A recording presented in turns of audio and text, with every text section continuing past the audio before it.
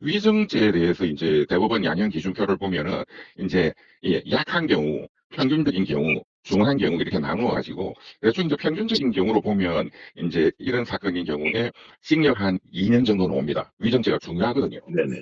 예, 재판에 거짓말하는 거니까. 그럼 이제 위증죄가 한 2년이라고 보고 허위 공문서 작성죄하고 이제 그것을 나중에 없애버렸다.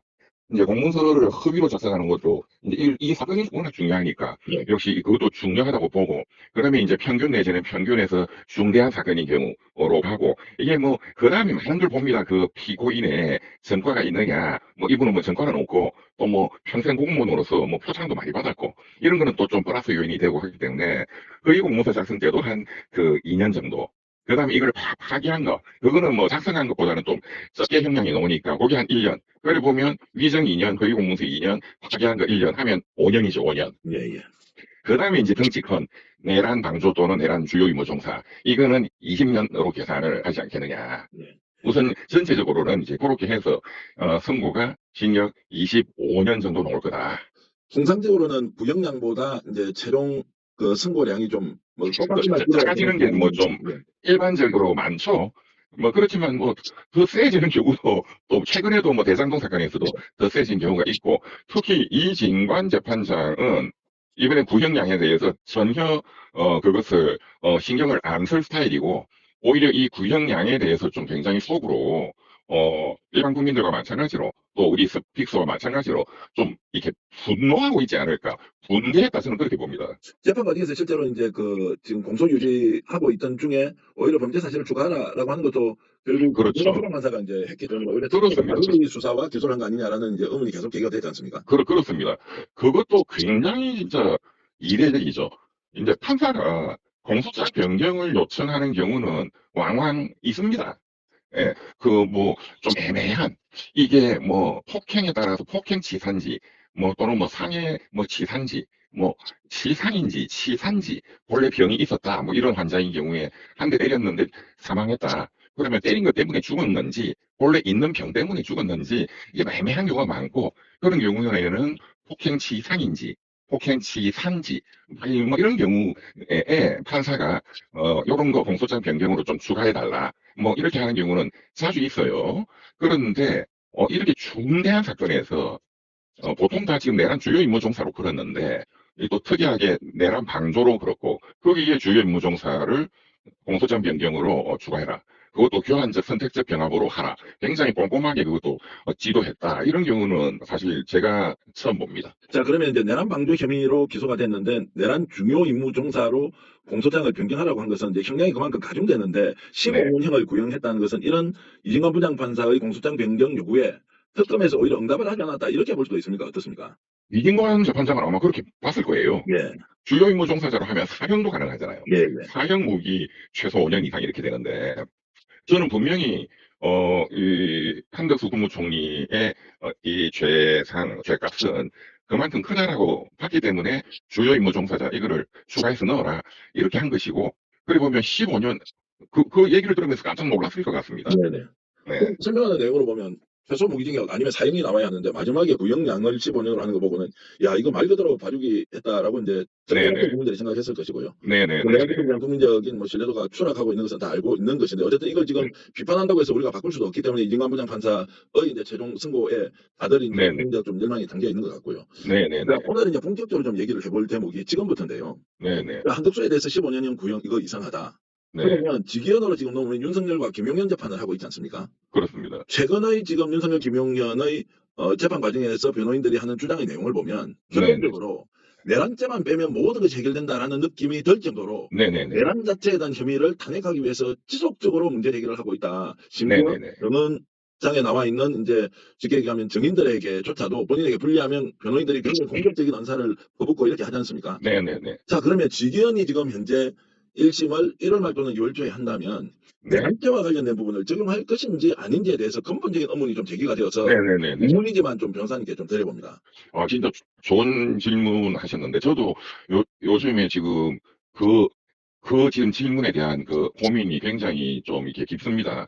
특히 한덕수에 대해서 내란 특검이 구형을 15년밖에 안 때리면서 또다시 그 지난 그 헌법재판소 때부터 헌법재판소가 또 한 1개월 이상 결론이 안 나고 또 뭐 지기현이가 구속 취소 석방시키고 또 뭐 5월 초까지 그 희대비난이 일어나고 막 정말 전 국민이 조마조마했던 것처럼 그런 상황이 지금 다시 또 전개되는 거 아닌가 하는 그런 우려가 되고 뭐 결과적으로 극단적으로 만약에 지기현 재판장이 내란에 대해서 내란을 부정했다. 국헌문란 목적으로 폭동한 것이 없었다. 그러니 내란 우두머리 이 죄가 성립하지 않는다. 어떻게 그렇게 갈 가능성도 무죄다 이렇게 갈 가능성도 있지 않은가 이런 걱정이 굉장히 많이 들고 그런 가능성이 이론적으로는 있으니까 뭐 모든 전쟁은 가능성을 준비를 해야 되기 때문에 그래서 지금 말씀드린 그 내란의 구성 요건이 그 국헌문란의 목적 헌법기관의 기능을 완전히 와해시킬 목적으로 폭동한 자 그러니까는 그 헌법기관의 기능을 무력화시킬 정도의 무력을 동원을 했다 이제 이건데 그런 게 없었다. 그 정도까지 아니었다. 그러니 결론은 내란 우두머리도 안 된다. 김용현이는 내란의 어떤 그런 그 주요 임무 종사도 안 된다. 근데 이렇게 가는 방법 하나. 그게 그래서 무죄다. 그 다음에 두 번째는 그 한덕수 국무총리를 기각시켰던 그 정재국 부장판사 그 구속영장을 기각시켰던 논리. 위법성의 인식이 없었다. 또 최근까지 박승재 법무부 장관의 구속영장을 기각시켰던 그 박성호 부장판사 그리고 최근에 남세진 그 여성 부장판사의 논리 역시 위법성의 인식이 없었다 또는 부족했다. 제가 되기에는 네. 그 두 가지 법리를 가지고 결국 내란의 무죄다 이렇게 갈 가능성이 있지 않을까 저는 그게 가장 큰 걱정입니다. 자, 그러면 이제 내란죄가 성립하려면 지금 말씀하신 국헌문란의 목적이 있었고 무력이 동원돼야 되고 네, 그리고 위법적인 걸 분명히 알면서 그렇습니다. 내란을 그렇습니다. 이렇게 한다는 것인데 계속 이런 식으로 지금 부인하면서 영장 청구도 기각되는 상황이 반복되는 것은 네. 결과적으로 결국에 가서는 직연으로 하여금 내란죄 무죄를 이끌어내기 위해서 총공세를 펴고 있는 것이다. 이렇게 이제 지금 논리적으로 볼 수 있는 것이다. 예, 예, 저는 전체적으로 법원에서 영장이 기각되고 있는 거고 그 논리가 위법성의 인식이 없다 이제 이거고 또 내란 자체의 구성 요건이 부족하다. 예. 그게 이제 국헌문란의 목적으로 그런 헌법기관 뭐 국회를 폭동한 자, 폭동이라는 게 그 기능을 와해시킬 정도로 생각한다 어떤 이런 의미다. 그런데 그런 거 없었잖아. 그러니까 구성 요건에 내란의 구성 요건에 해당하지 않잖아. 어떤 이렇게 주장하고 있거든요. 지금 윤석열, 김용현 이쪽에서. 그리고 이제 그 국민의힘에서도 지금 뭐 그렇습니다. 결국은 그렇습니다. 잘못했지만 내란이라고 하는 것은 확정 판결 나오기 전에는 절대로 그렇게 부를 수가 없다라고 일반되게 얘기하는 것은 네. 이제 결국에는 내란죄가 아니라는 걸로 벗어나는 순간 야 이거 그러면 내란 아닌 것으로 법원의 확정 판결이 나왔다. 거기다가 헌법재판소에서 실제로 내란과 관련된 부분은 심판을 하지 않았지 않습니까? 그렇습니다. 비상계엄에 대한 부분만 가지고 윤석열을 네, 그렇죠. 때문에 이런 것들이 이제 뒤섞이게 되면 만약에 직위원이 이런 상황을 실제로 만들어버리면 그렇죠. 어떻게 되느냐 이런 걱정이 지금부터 앞섭니다. 맞습니다. 맞습니다. 자, 그래서 이제 이런 질문을 좀 드려보겠습니다. 가능이긴 하지만 만약 내란이 아니다라고 하면서 그렇다고 해서 윤석열을 무죄 줄 수 없는 거 아닙니까? 그러면 윤석열에게 적용할 수 있는 범죄 사실이 내란을 빼버리면 어떤 게 있습니까? 그러면 이제 직권남용은 인정된다. 또 이제 뭐 체포할 때에 뭐 체포를 방해한 특수공무 집행 방해 뭐 그런 정도는 인정이 된다.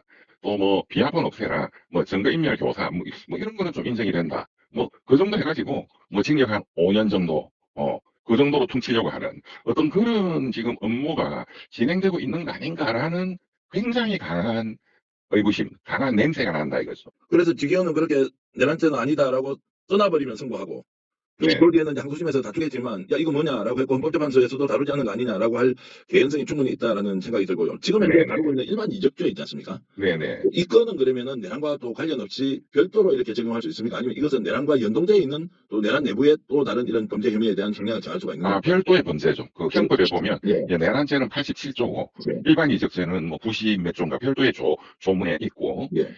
내란을 무죄로 퉁쳐버리면 일반 이적죄도 그 구성 요건이 적국의 군사상 이익을 주고 우리나라에는 군사상으로 해를 입혔다 이렇게 돼야 되는데 아마 그것도 무죄가 날 가능성이 저는 뭐 99.9%라고 봅니다. 자 그렇게 되면 이제 지금 내란죄에 대해서 적용을 하지 않고 최종적으로 무죄를 준다는 것을 전제로 우리가 직위원에게 또는 지금 이것이 갖고 있는 법리적 정당성을 어떻게 그러면 강제할 것이냐의 문제가 또 나오는데요. 그렇습니다. 내란죄 빼려고 한다라고 하는 아직 국회의원은 제가 이제 얘기를 듣지 못했고요. 저희는 네. 일련의 상황을 오늘 변호사님하고 사전에 이제 토론을 통해서 정리를 해보니, 야, 이거 지금 내란죄 빼려고 하는 거다. 이거 어떻게 대책을 세워야 하느냐. 네네네. 라는 지금 이제 얘기를 하게 됐는데요. 아마 이 맞습니다. 문제는 저희들이 처음 제기하는 것 같은데, 네네. 우리가 어떻게 해야 됩니까? 국회는 또 어떻게 해야 하는 것인지 좀 말씀 좀 부탁드립니다. 이게 우리 그 헌법재판소 그때 판결이 늦어졌을 때, 또 늦어지면서, 당연히 8대 땅이겠지 하다가 5대 3이다. 그러면서 굉장히 많은 걱정과 혼란이 있었죠. 그렇지만 그때도 8대 빵으로 될 수밖에 없다라고 하는 많은 전 국민의 그런 토론과 걱정, 그리고 8대 빵이 되어야만 되는 그런 헌법적인 어떤 논리, 그리고 상식적인 어떤 논리, 국민적인 요구, 이런 것들이 이제 많이 모여서 또 그런 결과가 났는데, 그것과 똑같이 지금부터 이제 스픽스가 이제 스타트 총을 쐈습니다. 자, 대한민국 전 특검에서, 국민이 여기에 집중해야 됩니다. 특검에서 이제 지금 내란 우두머리와 관련된 이제 재판을 하는데, 내란죄가 빠질 수 있다라는 것은 우리가 지금 방심하고 있는데, 이걸 그렇습니다. 직위원이 빼버리는 순간 모든 것이 다 무너지고 남는 것은 직권남용, 증거인멸 뭐 이따위 것만 남아가지고 네네. 별거 아닌데 불법계엄이었다 이 정도로 해서 이제 돌아가는 순간 걷잡을 수 없는 사회적 혼란이 다시 올 것이고, 그렇습니다. 내란을 일으킨 자에게 면죄부를 주는 것인데, 그렇습니다. 우리가 매우 긴장한 상태에서 이 상황을 좀 바라봐야 한다라는 생각이 좀 드는데요. 예. 당장 우리가 할 수 있는 것은 공론화 과정을 통해서 내란죄 적용해야 한다는 뭐 주장은 할 수 있지만, 이게 재판부에서 받아들이지 않는다면 뭐 법과 양심에 따라서 했다고 직위원이 이야기하는 순간 모든 것이 물거품이 되는데, 결국 이게 내란특별재판부 또는 내란 전담재판부를 만들어야 하는 쪽으로 지금부터 준비해야 하는 거 아니냐라는 생각이 네. 드는데 어떻습니까? 저는 그거는 타이밍을 놓쳤다고 봅니다. 예. 네, 시간이 너무 이제 진작에 그게 한 2달 전에 얘기가 나왔을 때 그때 결론을 내고 성과를 냈었어야 되는데 지금은 너무 늦지 않은가, 저는 개인적으로 그런 생각이 드네요. 자, 그래서 이제 이진관 부장판사가 1월 21일로 예고하고 있는 한덕수에 대한 이제 네네. 내란 중요임무종사, 그다음에 내란 방조와 관련된 부분에 대한 선거가 네네. 너무너무 중요하다. 지금 이걸 보고 아예 내란죄 무죄라고 주장할 수도 있지만, 네. 그리고 1월 21일로 이진관 부장판사가 정한 것이 그렇습니다. 신문이 한수 가져야 한다라고 이제 얘기를 하는데, 이 부분은 어떻게 보십니까? 네, 저도 뭐 똑같은 생각이고, 그 이진관 부장판사의 그 판결문이 굉장히 상세하고 꼼꼼하게, 그리고 빈틈없이 작성이 될 것이다. 특히 이제 그 한덕수가 그 판결문에 이제 그 피고인이지만 한덕수와의 공범, 특히 이제 윤석열의 공범의 범죄 사실을 굉장히 자세하게 적시를 하고 판시를 할 것이다. 그것을 부인할 수 없도록, 예, 이제 그런 관점에서 이진관 재판장의 그 또 역할이 이번에 너무너무 중요한, 어떻게 보면 시기현의 내란 무죄를 막아내는, 예, 제일 마지막 어떤 그 문지기 역할을 해야 되지 않겠나, 이렇게 보이네요. 헌법재판소에서 문영배 재판장이 끝까지 맞습니다. 공을 보다가 마지막 정리를 할 때 8대 0으로 마무리한 것과 맞습니다. 올 수 있다는 생각이 들고요. 이 네. 질문 하나만 좀 드려가 보겠습니다. 네네. 박성재 그리고 지금 김건희가 서로 나눴던 텔레그램 내용을 보니까, 김건희가 네네. 구체적으로 국정농단에 개입했다는 수준이 아니라 네. 내란과 관련해서 굉장히 중요한 일을 했다는 걸로 우리가 저는 뭐 확신을 하고 있는데, 그렇죠. 자, 이러면 사인이지만 내란과 관련해서 윤석열의 배우의 김건희가 내란을 주동하고 네네네. 결행하도록 힘을 썼다고 하면, 김건희도 내란죄를 공범으로 적용할 수 있습니까? 지금 나와 있는 텔레그램이나 뭐 이 정도 증거 가지고는 법률적으로는 아직은 어렵다고 봅니다. 예. 네. 실제 그런 증거들은, 예. 의혹은 뭐 충분하지만, 법적으로는, 아직은 좀 많이 부족한 단계다. 저는 그렇게 보이네요.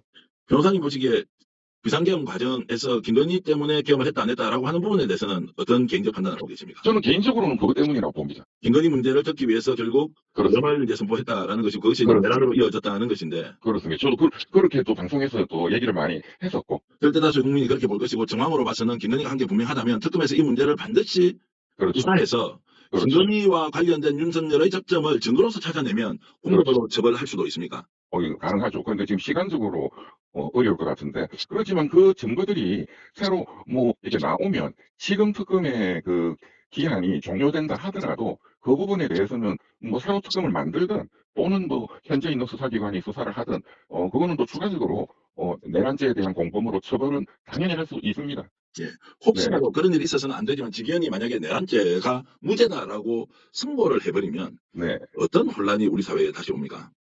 그렇지만 대한민국의 국민들이 워낙 민주주의의 수준이 높기 때문에 뭐 어떤 폭동이 일어난다든가 그야말로 어떤 내란적 밀란이 터진다든가 하는 건 없을 겁니다. 또 이제 국민들이 또 다 힘을 모아가지고 고등법원에서 바로 잡도록 그 민주적인 절차에 의해서, 법치적인 절차에 의해서 할 것이고, 또 그것은 반드시 또 바로 잡힐 거라고 저는 보고 그 결과에 대해서 저는 그렇게 걱정하지는 않았습니다.